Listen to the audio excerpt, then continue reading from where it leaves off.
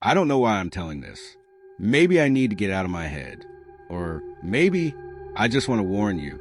This happened when I was 15. My parents sent me to spend the summer at my grandmother's house in a little village lost between hills and fog. A place where the streets seem endless and the houses look abandoned even when someone lives in them. My grandmother lived in an old mansion, one of those that creak when you breathe too hard. It had high ceilings, heavy furniture, and an endless collection of crucifixes. But the strangest thing was the back door. It was always locked. A black wooden door at the end of the hallway. It was different from the others. Older, swollen with dampness. It had a big old-fashioned lock, shaped like an eye. From the first day, my grandmother was clear. Never look through that keyhole. Never. No matter what happens.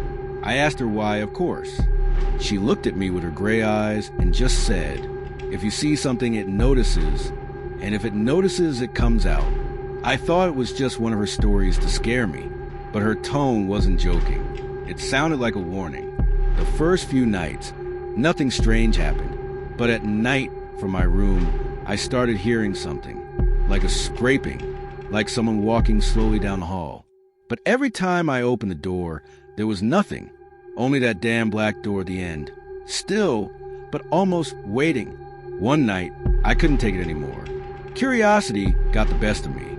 I quietly got up, the house silent. The hallway was cold and the air thick. I approached the door and crouched down slowly. I knew I shouldn't do it, but the eye-shaped keyhole was calling me, and I did it. I looked. On the other side, everything was dark, but it wasn't empty darkness. It was thick like it was breathing. And suddenly, among the shadows, I saw an eye, a big eye, open, staring straight at me from inside. No eyelid, no blinking, and worst of all, it smiled.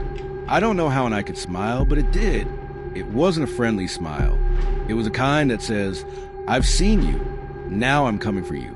I jumped back hard, ran to my room, locked myself in, covered my head. My heart was pounding so loud, I thought my chest would burst. I didn't sleep. The next morning, I told my grandmother. Her face turned pale. She got up without a word, went to her room, and came back with a bunch of keys. She opened the back door, left it open. Now there's no choice. It knows you saw it. Now it has to see you fully. I asked what that meant. She answered, "The rules are simple. If you don't see it completely, it comes for you. But if you see it fully, it stays inside." I didn't want to. I swear I didn't want to look again. But she took my hand and led me to the doorway. She gently pushed me inside, without looking at me, without saying more. What I saw inside, I can't fully describe. It was like the room wasn't really a room, like space stretched and twisted. And in the center, that thing, tall, long, with endless limbs, a body that moved like it was made of smoke and flesh at the same time. It had many more eyes, and they all stared at me. I forced myself to look, not to blink, because somehow I knew if I looked away, I'd lose it. I stayed there, I don't know how long. Finally, it shrank and disappeared. The door closed on its own, and my grandmother sighed like she'd been holding her breath for years. Since then, I haven't heard a sound. But the eye, the first one I saw, sometimes I dream about it. It looks at me, smiles, waits, and that's why I tell you this. If you ever find a door with an old lock, don't look, no matter what you hear, no matter what you feel.